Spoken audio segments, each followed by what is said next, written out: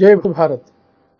యుద్ధం నేపథ్యంలో యుద్ధ వార్తలు ఎప్పటికప్పుడు కూడా ప్రధానమైన ప్రసార మాధ్యమాలు క్షణక్షణం అందిస్తున్న నేపథ్యంలో వాటి వ్యవహారాలకు వెళ్లకుండా దానికి అనుబంధంగా ఉండేటువంటి ఫీచరిస్టిక్ విషయాల్ని, ఇంపార్టెంట్ ఇష్యూస్ని మనం వీడియోల కింద తీసుకొద్దాం అనుకుంటున్నాం.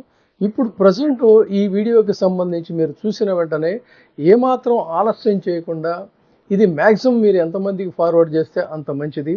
ఎందుకంటే ఈ దేశం పట్ల కనీస బాధ్యత సమాజం పట్ల మనకు ఉండాలి అనేదే ఆకాంక్ష.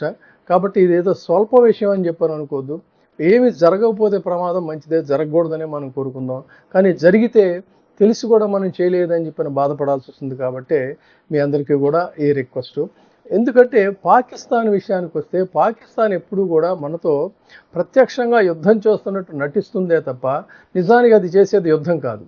పాకిస్తాన్ ఎప్పుడూ భారత్ మీద దొంగ దెబ్బతీయటమే అలవాటు పడింది. దొంగ దెబ్బతీయడానికి ఎన్ని మార్గాలు ఉన్నాయో ఆ మార్గాలన్నిటినీ కూడా ఎంచుకోవటం అనేటువంటిది పాకిస్తాన్కు ఉన్నటువంటి అలవాటు. సో అటువంటి పరిస్థితుల్లో యుద్ధ వాతావరణం నెలకొన్నప్పుడు ఈ నేపథ్యంలో శత్రు దేశాలు వాళ్ళ యొక్క మద్దతుదారులు, అంటే వాళ్ళ సానుభూతి పరులు కావచ్చు, వాళ్ళు తయారు చేసినటువంటి స్లీపర్ సెల్స్ కావచ్చు, వీళ్ళంతా కూడా తమ తమ వ్యూహాలకి పదును పెట్టేటువంటి సమయం ఇది. కాబట్టి ఇందులో ప్రధానమైనటువంటి అంశం ఏంటంటే, ఇప్పుడున్నటువంటి దీంట్లో ఆన్లైన్ షాపింగ్ ప్లాట్ఫామ్స్ను కూడా ఉపయోగించి ఇప్పుడు ఎలాగో ఫ్రాడ్స్ అనేటువంటివి జరుగుతున్నాయి. దాని మీద మనకి తెలిసింది ఆర్థిక మోసాలు. ఈ ఆర్థిక మోసాల సంగతి అలా ఉంచి పేలుడు పదార్థాలని స్లీపర్ సెల్స్ గ్రూపుల ద్వారా పంపే అవకాశం కూడా ఉంది.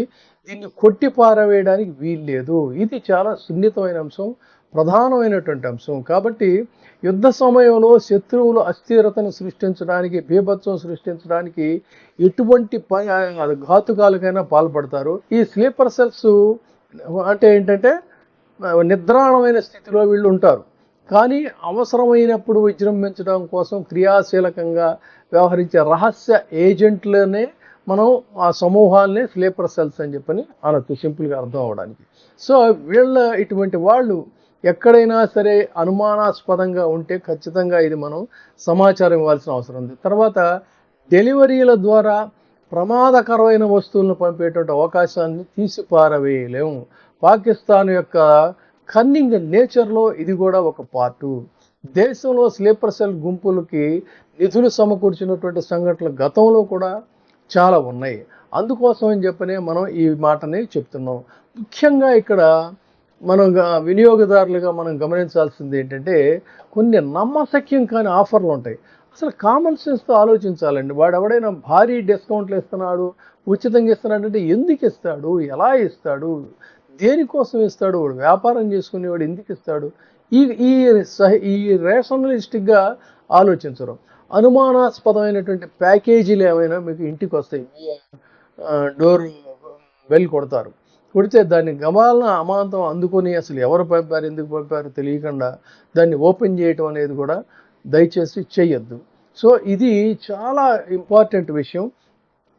ఎందుకంటే ఏ మూల నుంచి అయినా సరే ఇలాంటి ప్రమాదం ఉంది అనేటువంటిది ఇవాళ మనం గమనించాలి. సో ఇటువంటి అనుమానాస్పదమైనటువంటి విషయాలు మీ దృష్టికి కనుక వచ్చినట్లయితే తక్షణమే మీరు పోలీసులకి, భద్రతా సంస్థలకి తెలియజేయాల్సినటువంటి అవసరం ఉంది. ఇదంతా ఏదో నేను బోగస్ కోసం చెప్తున్నటువంటి అంశం కాదు.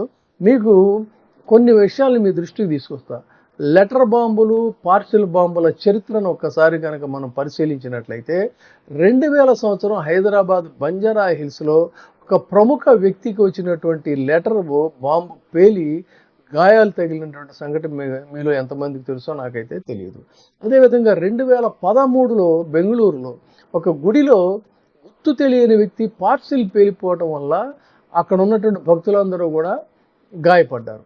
2021లో ఢిల్లీలో అనుమానాస్పద బ్యాగులో కొన్ని పేలుడు పదార్థాలు అక్కడ బయటపడినాయి.